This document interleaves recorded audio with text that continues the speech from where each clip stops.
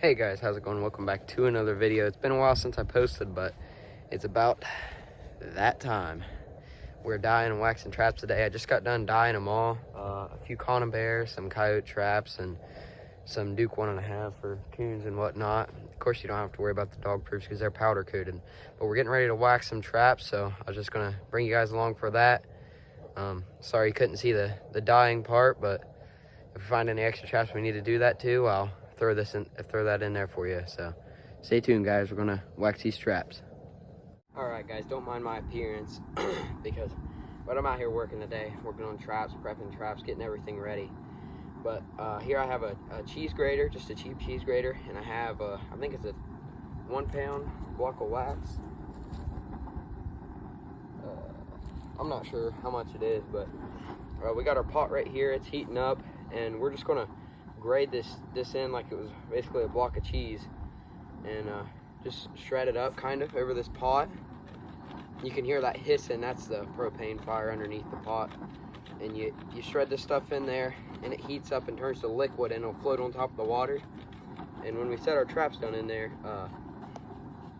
we'll pull them back out after they heat up, and they'll gather that wax as they come out. And the wax acts as like an odorless lubricant, basically.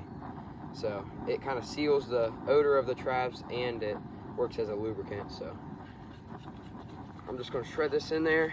And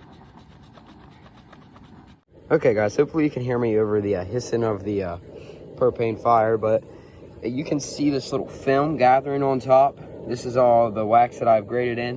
This little film is basically what we're looking for, but that's all. I haven't graded a whole lot in there, but that's what we're looking for, that film on top. So we're just gonna mix it up here in a second and let it keep melting down. Maybe put some more in there. I'm gonna mix that in there. Stink bug landed on me.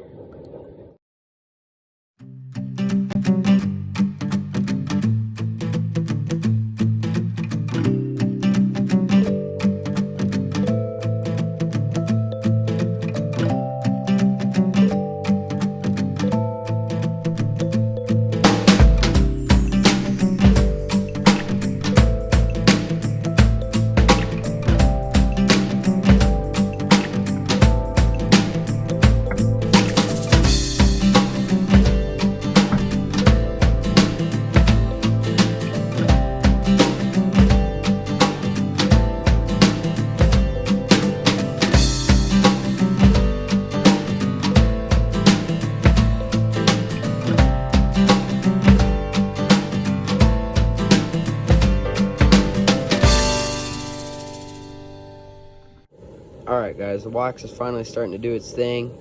You can see it slowly breaking down in there.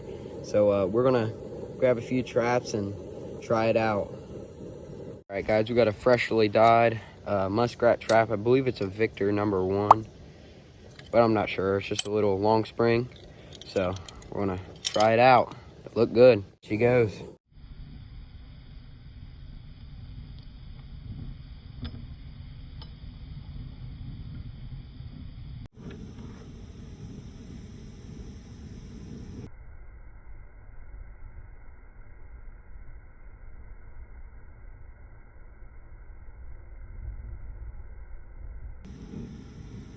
All right, guys, I'm pretty new to this, but it looks pretty good. You can kind of see up here on the chain, the little white, it's kind of like a white outline on it. That's the wax.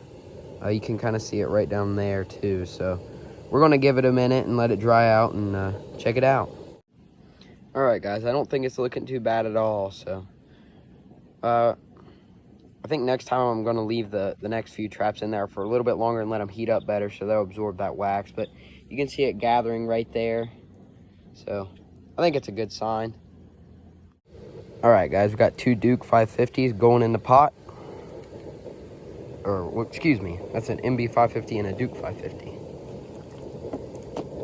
We're gonna let them heat up in there for a few seconds, and then we'll pull them right out. All right, guys, we're gonna pull these ones out real nice and slow. Let them gather all that wax on the way out.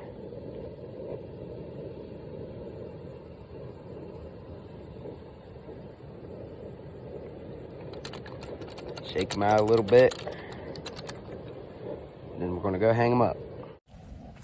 Over here to my trap hanging contraption, whatever you want to call it. I have to use the camera hand here.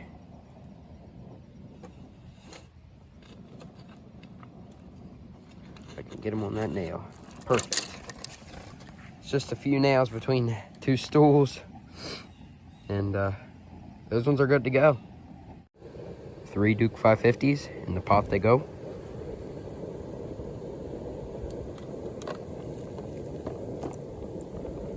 We'll pull them out in a few seconds. Alrighty guys, out they come. Nice and slow, right up through the wax. Carry them right over, and we'll get them hung up. Alright guys, here goes a load of Duke number 2s. I actually ended up shutting off the propane because it got a little hot, a little too hot for the wax. If you don't know, wax is actually flammable, so it will catch on fire, and the water was also boiling, so it kind of disrupted the nice film on top. So I'll let it cool down a little bit. It's still hot enough to keep that wax liquid, and I think this is the last batch of traps that I need to do in this wax, and we'll be good. We'll be set for the year. Just going to show you guys my my 12 conibears that I did here. I dyed these in the logwood dye, and I'll put links to the dye and wax in the description. But this is the first time I've ever actually successfully dyed my traps. They look pretty good. Got a pretty nice coat on them, so I still have to modify these and find an anchoring system for them. It's the first year I've used them, so we'll see how it goes. All right, guys, we're gonna get these traps out, nice and easy.